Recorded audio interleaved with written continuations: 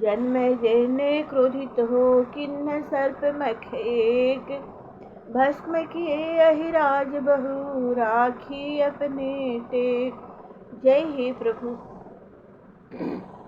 श्री सुजी बोले, हे सौनक जी, पारदर्शी भगवान श्याम नंदन सुखदेव जी ने राजा परीक्षित को इस भांति भगवत तत्व का सार निचोड़कर अमृत पान कराया। उसे पीकर राजा परीक्षित अमर हो गए।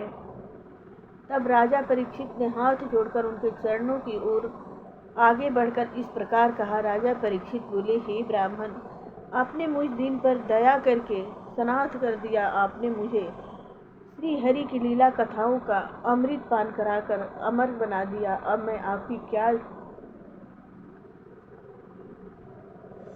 आपकी क्या सेवा करके कृत्य हो गया।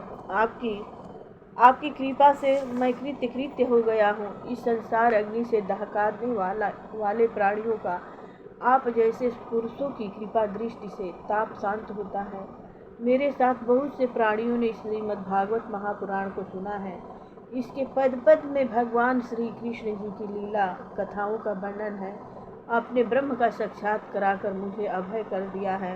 अब मुझे तक्षक तथा काल का कुछ भी भय नहीं है। हे ब्राह्मण, अब आप मुझे आज्ञा दीजिए कि मैं अपनी वाणी बंद करके मौन हो जाऊं तथा शांत चित्त से इंद्रियों को जीत परमात्मा के स्वरूप में मग्न हो जाऊं। मेरा अज्ञान बिल्कुल नष्ट हो चुका है। आपने परमात्मा का साक्षात्कार मुझे प्रदान किया है। श्री सुजी बोले, हे ऋषियों, इतना कहकर राजा परीक्षित ने भगवान व्यास नंदन श्री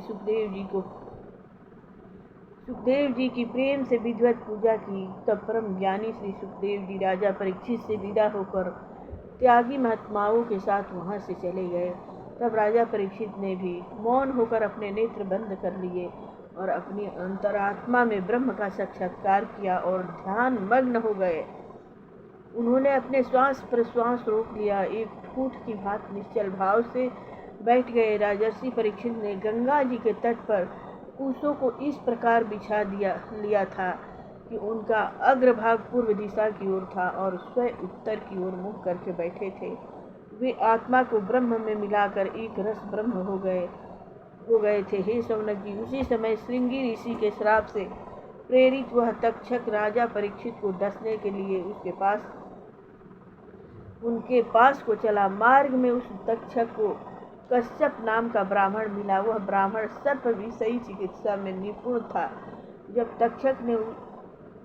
तक्षक ने उसे भी राजा के पास जाते हुए देखा, तब ब्राह्मण का वेश बनाकर उसे जाने से रोकने लगा। पहले उसने उस कश्यप ब्राह्मण की परीक्षा ली। परीक्षा के लिए उसने एक वृक्ष को डस लिया। वह वृक्ष उसी क्षण जलकर ठूंठ हो गया, किंतु ब्राह्मण ने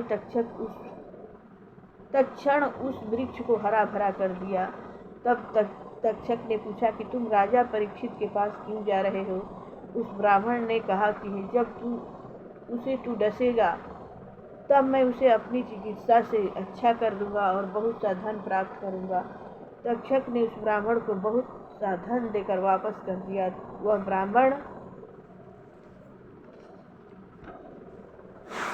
वह ब्राह्मण भी राजा के अवश्य भावी मृत्यु जानकर वहां से लौट दिया।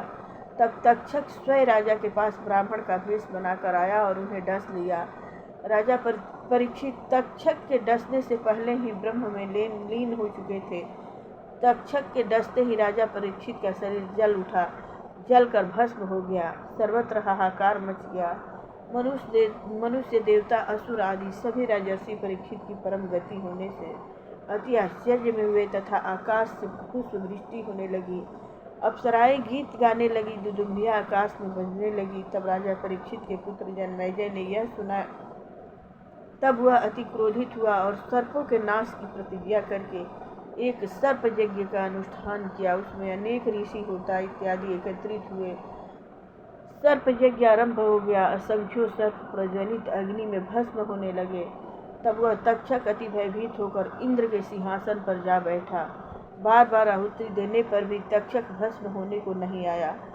तब जन्मेजय ने कहा कि हे होताओं, यह क्या बात है? आप लोग मंत्रों द्वारा शीघ्र ही मेरे पिता के शत्रु तक्षक को आहुति द्वारा हवन कुंड में डालो। तब यक्ष के होतागण बोले, हे राजन, वह दुष्ट तक्षक इंद्र के सिंहासन में जाकर बैठ गया है, इसी कारण बार बार आहुति देने पर भी वह नहीं गिरता है। जब जन्मेजय ने कहा कि इंद्र के सिंहासन सहित तक्षक को भस्म करने की आहुति दो, तब होताओं ने ऐसा ही किया और अपने मंत्र बल से इंद्र के सिंहासन सहित तक्षक का आवाहन किया। तक्षक सहित इंद्र का विमान गिरने के लिए आकाश में मंडराने लगा। इंद्र अति घबराए, उनका सिंहासन चक्कर काटने लगा। जब बृहस्पति जी ने यह देखा तब वे आकाश में स्थित होकर बोले, हे राजा जन्मेजय, यह तक्षक सर्प अमृत पी चुका है, अतः यह अमर है। इसे मारना उचित नहीं है, क्योंकि ऐसा करने से अमृत की शक्ति कुछ भी न रहेगी और शास्त्रीय मर्यादा का नाश हो जाएगा। हे नरेंद्र, जगत में प्राणी अपने अपने कर्म अनुसार जन्म मृत्यु पाता है। कर्म के अनुसार ही उसे मृत्यु दुख सुख प्राप्त होता है। कोई किसी को दुख सुख देने वाला नहीं है। यूँ तो बहुत से मनुष्यों की मृत्यु सांप, चोर, अग्नि अपने गुरु से